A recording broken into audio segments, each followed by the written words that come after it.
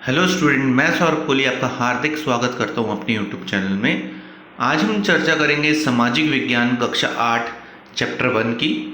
इसको हम समझेंगे वर्कशीट के अनुसार। इसको हम समझेंगे एससीईआरटी के द्वारा जो वर्कशीट्स बनाई जाती हैं कार्यपत्रक 1 और 2 के माध्यम से हम इसे जानेंगे। इस चैप्टर को, जिसका नाम है भारतीय संविधान, उपविषय है इसका हमारे मौलिक अधिकार। आइए जानते हैं इसको। और जो कोई भी हमारे चैनल के साथ नया जुड़ा हो, इस चैनल को सब्सक्राइब कर दे और बेल वाले बटन को जरूर प्रेस कर दे ताकि सारी नोटिफिकेशन उस तक जरूर मिल सके। चलिए समझें। शिक्षण अधिगम। इस कार्यपत्रक को करने के पश्चात विद्यार्थी अपने क्षेत्र में सामाजिक और राजनीतिक मुद्दों को संविधान के अनुसार समझ सकेंगे तथा मौलिक अधिकारों को उचित उदाहरणों द्वारा बता पाएंगे। अब नीचे कुछ वाक्य को ध्यान से पढ़कर बताइए कि क्या यह कार्य सही है या गलत है। कुछ लोगों को सिर्फ इसलिए मंदिर में प्रवेश नहीं करने दिया जाता क्योंकि वह किसी विशेष जाति से संबंध रखते हैं, तो ये तो गलत है। आपको बाल सभा में अपनी बात कहने से रोक दिया जाता है, ये भी गलत है। आपकी आयु के 13 वर्ष के बच्चे को विद्यालय में ना भेजकर चाय की दुकान पर काम कराया जाता है, ये भी गलत है। आपको एक विशेष धर्म का ही पालन करने को कहा जाता है, गलत है। अपना उत्सव मनाने के लिए विशेष पोशाक पहनने पर आपका मजाक उड़ाया गया है। किसी व्यक्ति को न्याय मांगने के लिए अदालत में जाने से रोका जाता है, तो ये सारे जो पॉइंट हैं ये सारे गलत हैं। अब कैसे वो समझते हैं? यदि आपके अनुसार उपरोक्त सभी गतिविधियां गलत हैं तो आप बिल्कुल सही सोच रहे हैं। उपरोक्त सभी वाक्य हमारे मौलिक अधिकारों के हनन के उदाहरण हैं। क्रियाकलाप 2 में देखें। ऐसे अधिकार जो हमारे जीवन के लिए अति आवश्यक समझे जाते हैं उन्हें मौलिक अधिकार कहते हैं। यह हमें संविधान से मिले हैं और इन्हें छीना नहीं जा सकता। आप ध्यान दें, मौलिक अधिकार कितने हैं? 6 हैं। ये हमें संविधान ने दिए हैं और इनमें कोई बदलाव नहीं हो सकता। अगर इनका हनन होता है तो हम सीधा हाई कोर्ट और सुप्रीम कोर्ट दोनों न्यायालय जा सकते हैं। आइए देखें हमारे कौन कौन से मौलिक अधिकार हैं। सबसे पहले समझें, पहला है समानता का अधिकार। सभी व्यक्ति कानून के समक्ष एक समान है। किसी भी व्यक्ति के साथ उसके धर्म, जाति, भाषा, लिंग यानी कि जेंडर आदि के आधार पर कोई भेदभाव नहीं किया जाएगा। ध्यान रहे, समानता। सभी व्यक्ति के लिए जो लॉ है वो एक समान है। किसी भी व्यक्ति के साथ उसके रिलीजन, उसकी कास्ट, उसकी लैंग्वेज, उसके जेंडर आदि के आधार पर कोई भेदभाव नहीं किया जाएगा। स्वतंत्रता का अधिकार सेकंड है। सभी व्यक्तियों को कुछ स्वतंत्रताएं प्राप्त हैं। स्वतंत्रता यानी कि इंग्लिश में आप लिखेंगे लिबर्टी, जैसे घूमने फिरने की स्वतंत्रता, सभा या संगठन बनाने की स्वतंत्रता, आत्म अभिव्यक्ति और भाषण की स्वतंत्रता, कोई भी व्यवसाय चुनने की स्वतंत्रता, ये सब स्वतंत्रता के अधिकार के अंतर्गत आता है। अगला है शोषण के विरुद्ध अधिकार, जिसमें आता है मानव व्यापार, ह्यूमन ट्रैफिकिंग, बेगार एवं 14 वर्ष से कम आयु के बच्चों से मजदूरी नहीं कराई जा सकती। धार्मिक स्वतंत्रता का अधिकार, सभी व्यक्ति किसी भी धर्म को मानने तथा उसका प्रचार प्रसार करने की स्वतंत्रता है सभी व्यक्ति को। यानी कि कोई भी व्यक्ति किसी भी धर्म का उसको मानने, उसका प्रचार प्रसार करने की उसको स्वतंत्रता है। सांस्कृतिक एवं शैक्षणिक अधिकार, अपनी शिक्षा और संस्कृति की रक्षा और विकास के लिए अपने शैक्षणिक संस्थान खोल सकता है। यानी कि अगर आपकी कोई संस्कृति है, जैसे आप किसी और संस्कृति से संबंधित हैं, तो आप उसकी रक्षा कर सकते हैं, उसका विकास कर सकते हैं और उससे रिलेटेड कोई एजुकेशनल इंस्टीट्यूट खोल सकते हैं ताकि उसका विकास हो सके। संवैधानिक उपचारों का अधिकार, मौलिक अधिकारों की रक्षा के लिए न्यायालय जा सकते हैं। अब आपने ऊपर अधिकार देखे, समानता, स्वतंत्रता, शोषण, धार्मिक, सांस्कृतिक, शैक्षणिक। अगर इन सभी अधिकारों का उल्लंघन होता है तो उसके तहत संवैधानिक उपचारों का हम प्रयोग करते हैं। मौलिक अधिकार आर्टिकल 32 के तहत हम न्यायालय जा सकते हैं, डायरेक्ट हाई कोर्ट भी और सुप्रीम कोर्ट भी। अब निम्नलिखित परिस्थितियों में कौन से मौलिक अधिकारों का उल्लंघन हो रहा है हम देखते हैं। एक कारखाने में एक जैसा कार्य करने के बाद भी महिलाओं को पुरुषों से कम मजदूरी दी जाती है, तो ये जो हमारा भेदभाव हो रहा है ये समानता के अधिकार का उल्लंघन है। एक राज्य ने अन्य राज्यों से आने वाले व्यक्तियों के प्रवेश पर प्रतिबंध लगा दिया है, तो इस स्वतंत्रता के अधिकार का उल्लंघन है। गांव में जमींदार गरीब लोगों को डरा धमकाकर बिना मजदूरी दिए ही अपने खेतों पर काम करवाता है, तो ये शोषण के विरुद्ध अधिकार का उल्लंघन है। आपको अपनी पसंद के त्योहारों को मनाने से रोका जाता है, तो ये धार्मिक स्वतंत्रता का उल्लंघन है।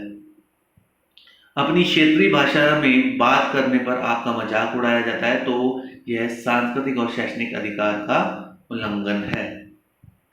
अब इन सब चीजों के आधार पर आइए विचार करते हैं कुछ क्वेश्चंस के। मौलिक अधिकारों और अन्य अधिकारों में अंतर क्या है।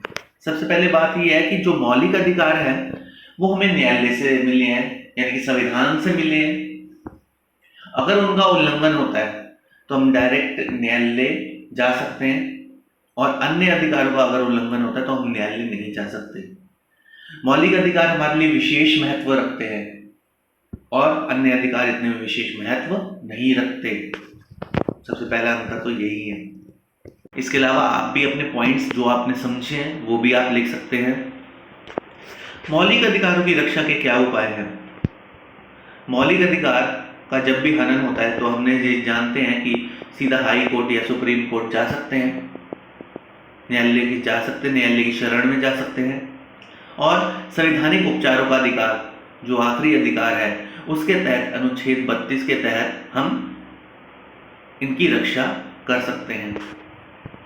मौलिक अधिकार से आप सबसे महत्वपूर्ण अधिकार किसे मानते हैं और क्यों। देखो, किसी न किसी के लिए कोई ना कोई अधिकार महत्वपूर्ण होगा, लेकिन अगर देखा जाए तो सबसे महत्वपूर्ण है समानता। जब आपको समानता मिलेगी हर जगह तो आप ग्रोथ करोगे, स्वतंत्रता मिलेगी किसी काम करने में तो आप ग्रोथ करोगे। तो सबसे महत्वपूर्ण है समानता एवं स्वतंत्रता, जो सबसे महत्वपूर्ण अधिकार है ये है। और आपने अपने तरीके से भी लिखना है कि क्यों महत्वपूर्ण है, आपको ऐसा क्यों लगता है कि समानता एवं स्वतंत्रता या अन्य अधिकार जो आप सोचते हैं वो आप महत्वपूर्ण मानते हैं। यदि आपके पास आस पड़ोस या विद्यालय में किसी के मौलिक अधिकार का हनन हो रहा है तो एक नागरिक विद्यार्थी के रूप में आप क्या करोगे, ये भी आपने लिखना है। आपको सब चीजें बता दी हैं किस तरह आप उसके जो न्यायालय में जाकर, या आप तो खुद तो नहीं जा सकते, आप अभी छोटे हैं, तो आप उसे सलाह दे सकते हैं किस प्रकार वो अपने मौलिक अधिकारों के हनन को रोक सकता है। अपने साथियों के साथ चर्चा कीजिए, मौलिक अधिकार किसी भी व्यक्ति के विकास के लिए क्यों जरूरी है। यदि हमारे मौलिक अधिकार वापस ले लिए जाएं तो क्या होगा। नए शब्द बेगार, बेगार का मतलब है बिना मजदूरी दिए काम करवाना। आ गया इसी पाठ की वर्कशीट नंबर 2, भारतीय संविधान, उप विषय हमारे मौलिक कर्तव्य। पहले हमने देखा मौलिक अधिकार, अब हम समझेंगे मौलिक कर्तव्य, फंडामेंटल राइट्स, और इसको हम इंग्लिश में बोलेंगे फंडामेंटल ड्यूटीज। इस कार्यपत्रक को करने के पश्चात विद्यार्थी अपने क्षेत्र में सामाजिक और राजनीतिक मुद्दों को संविधान के अनुसार समझ सकेंगे तथा मौलिक कर्तव्य को उचित उदाहरणों द्वारा बता पाएंगे। आज राहुल बहुत खुश है क्योंकि वह दिल्ली से जयपुर रेलगाड़ी में घूमने जा रहा था। रेलगाड़ी के डिब्बे में बैठते ही उसने देखा कि डिब्बे की कुछ सीटें टूटी हुई हैं, कुछ और सामान भी जगह जगह से टूटा हुआ है। वह शौचालय गया तो देखा वहां भी कुछ सामान गायब है। रास्ते में कुछ लोगों ने चैन खींचकर ट्रेन को रोका दिया और उतरकर भाग गए। राहुल सोच रहा था कि ट्रेनों में लगा सामान लोग क्यों चोरी कर लेते हैं और क्यों तोड़ देते हैं। राहुल ने जयपुर में अनेक स्थान देखे। एक किले का भ्रमण करते समय उसने देखा कि कुछ लड़के पत्थर से दीवार खरोच कर उस पर अपना नाम लिख रहे थे, कुछ इधर उधर थूक कर दीवारों को गंदा कर रहे थे। राहुल यह सब देखकर बहुत उदास हो गया। उसने दिल्ली वापस आकर अपने शिक्षक से पूछा कि लोग ऐसा काम क्यों करते हैं।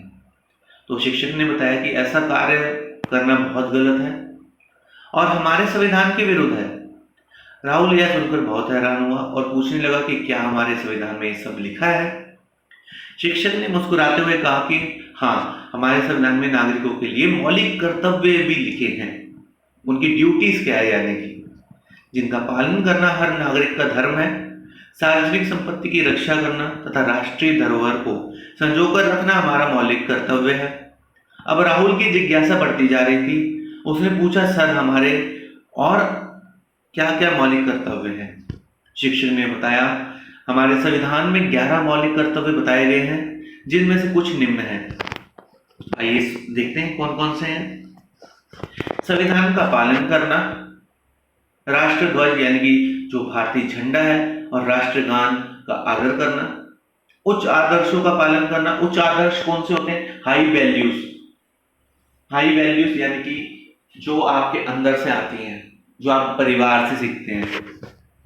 भारत की एकता को बनाए रखने का प्रयास करना, देश की रक्षा करना, स्त्रियों का सम्मान करना और सभी लोगों के लिए समरसता और भाईचारे की भावना रखना। समरसता और भाईचारे का मतलब है आपसी मेल जोल, ब्रदरहुड की भावना को बढ़ाना। झीलों, नदियों, वन और वन्य प्राणियों की रक्षा करना, यानी कि जितनी भी प्राकृतिक चीजें उनकी रक्षा करना। सार्वजनिक संपत्ति को सुरक्षित रखना और हिंसा से दूर रहना। सार्वजनिक संपत्ति क्या होती है? जो गवर्नमेंट हमें देती है यूज के लिए। वैसे तो ये हमारे टैक्स से ही मिलती है, लेकिन इसका प्रयोग सभी लोग करते हैं, जैसे बस, ट्रेन। माता पिता का कर्तव्य है कि 6 से 14 वर्ष तक की आयु के अपने बालकों को पढ़ने के लिए विद्यालय भेजें। कुछ माता पिता उन्हें काम पर लगा देते हैं, कुछ मजबूरीवश और कुछ कारणवश। तो ऐसा नहीं करना चाहिए, क्योंकि पढ़ेंगे तभी तो वो आगे बढ़ेंगे। राहुल ने मन ही मन निश्चय किया कि वह एक आदर्श नागरिक बनेगा तथा मौलिक कर्तव्यों का पालन करेगा। तो आप भी इन सभी मौलिक कर्तव्यों का पालन करें। अब देखते हैं कुछ विचार। राहुल क्यों उदास हो गया था? यदि आप राहुल के स्थान पर होते तो क्या करते? आपने देखा राहुल किन किन चीजों को देखकर उदास हो गया था। सबसे पहले तो वो जब ट्रेन में घूमने जा रहा था तो उसने परिस्थितियां देखी कि ट्रेन की सीट फटी हुई है, ट्रेन को रोक रोक के लोग उतर रहे हैं, टॉयलेट में भी सामान चोरी हो चुका है, और जब वो किले में घूमने गया तो वहां देखा कि दीवार खुरोद खुरोद कर वहां पर कुछ लिख रहे हैं, थूक रहे हैं हर जगह। तो इन सभी चीजों को देखकर उदास हो गया। यदि आप राहुल के स्थान पर होते तो क्या करते? तो आप अगर किसी को करते हुए देखते तो उसे आप उनके मौलिक कर्तव्य याद दिलाते, उन्हें रोकते, उनकी जिम्मेदारी याद दिलाते कि जो आप कर रहे हैं कि गलत कर रहे हैं। ऐसा करने से हमारी संपत्ति का ही नुकसान है, सार्वजनिक संपत्ति का ही नुकसान है। अगला है मौलिक कर्तव्य क्या होते हैं। भारत के संविधान में कौन कौन से कर्तव्य बताए गए हैं? सबसे पहले हम बता दें मौलिक कर्तव्य क्या होते हैं। मौलिक कर्तव्य उच्च आदर्श होते हैं, नैतिक मूल्य होते हैं, देश की रक्षा करना, देश की संपत्ति को नुकसान नहीं पहुंचाना, प्रकृति की रक्षा करना, माता पिता का आदर, देश का प्रेम, देश से प्रेम। ये टोटल 11 है। भारत के संविधान में कौन कौन से कर्तव्य बताए गए हैं वो सब लिखने हैं, जो मैंने मेंशन किए पीछे। सार्वजनिक संपत्ति क्या होती है? जो सभी लोगों की हो, अर्थात सभी लोगों का अर्थ है जिसका सभी लोग प्रयोग करते हो, जैसे बस, रेल। सार्वजनिक का मतलब है जो ये गवर्नमेंट हमें देती है। सार्वजनिक बस होती है, सार्वजनिक बस स्टैंड होता है, सार्वजनिक रेल होती है। तो ये सब होती है सार्वजनिक, जिसका प्रयोग सभी पब्लिक करती है, पब्लिक प्रॉपर्टी। भारत की एकता को कैसे बनाए रखा जा सकता है? भारत की एकता को तभी बनाए रखा जा सकता है कि तभी जब सभी मौलिक कर्तव्यों का पालन करें और अपनी अपनी निष्ठा के साथ भारत की एकता को बनाए रखें। एक विद्यार्थी के रूप में आपके क्या कर्तव्य हैं? निम्न उदाहरणों से बताइए। विद्यालय में राष्ट्रगान के समय कुछ बालक हिलते डुलते रहते हैं, तो वैसा हिलते डुलते नहीं रहना चाहिए, क्योंकि आदर करना चाहिए अपने राष्ट्रगान का। अगला, विद्यालय में लगे पौधों तथा वृक्षों को कुछ बच्चे नुकसान पहुंचाते हैं, ये भी नहीं करना चाहिए, क्योंकि प्रकृति की रक्षा करना हमारा कर्तव्य है। आपकी कक्षा में लगे बेंचों और पंखों को कुछ बच्चे तोड़ देते हैं, ऐसा नहीं करना चाहिए। इनसे खुद को उनको नुकसान हो सकता है और साथ ही साथ ये पब्लिक प्रॉपर्टी है। यानी कि सार्वजनिक स्कूल, स्कूल भी एक पब्लिक प्रॉपर्टी है। आपकी कक्षा में एक अन्य राज्य से पढ़ने आए बच्चों का कुछ बच्चे मजाक उड़ाते हैं। कुछ बच्चे इसलिए मजाक उड़ाते हैं क्योंकि उसकी लैंग्वेज दूसरी होती है, उसकी भाषा दूसरी होती है, वो आपके साथ मेल जोल नहीं कर पाता इतनी जल्दी। तो ये आप गलत कर रहे हैं, क्योंकि सभी को सांस्कृतिक अधिकार दिया गया अपनी अपनी भाषा का प्रयोग करने का। आपके पड़ोसी अपने बच्चे को विद्यालय में ना भेजकर मजदूरी के लिए अपने साथ ले जाते हैं, तो ये उल्लंघन है, क्योंकि 14 वर्ष तक के कम आयु के बच्चों को क्या बोला गया है, शिक्षा का अधिकार दिया गया है 6 से 14 वर्ष तक के बच्चों को। अपने साथियों के साथ चर्चा कीजिए हमें मौलिक कर्तव्यों का पालन क्यों करना चाहिए। अब आपने कितनी चीज़ें जान ली मौलिक कर्तव्यों के बारे में, अब आप चर्चा कीजिए। नए शब्द हैं भ्रमण यानी कि घूमना, विरुद्ध यानी कि खिलाफ, धरोहर यानी कि अमानत। धरोहर क्या होती है, यानी कि जैसे आर्कियोलॉजिकल मूवमेंट मॉन्यूमेंट्स है, ASI archaeological survey of India के तहत बहुत से मॉन्यूमेंट्स हैं, वो हमारी धरोहर है। समरसता यानी कि भेदभाव ना करना एवं अच्छी तरह घुल मिलकर रहना। तो ये था हमारा चैप्टर, वर्कशीट के माध्यम से हमने समझा। आपको ये कैसा लगा आप कमेंट बॉक्स में जरूर बताएं। अपने बच्चों यानी कि दोस्तों के साथ शेयर करें। इस चैनल के साथ जुड़े रहें, इसे लाइक शेयर और सब्सक्राइब करना बिल्कुल ना भूलें। धन्यवाद।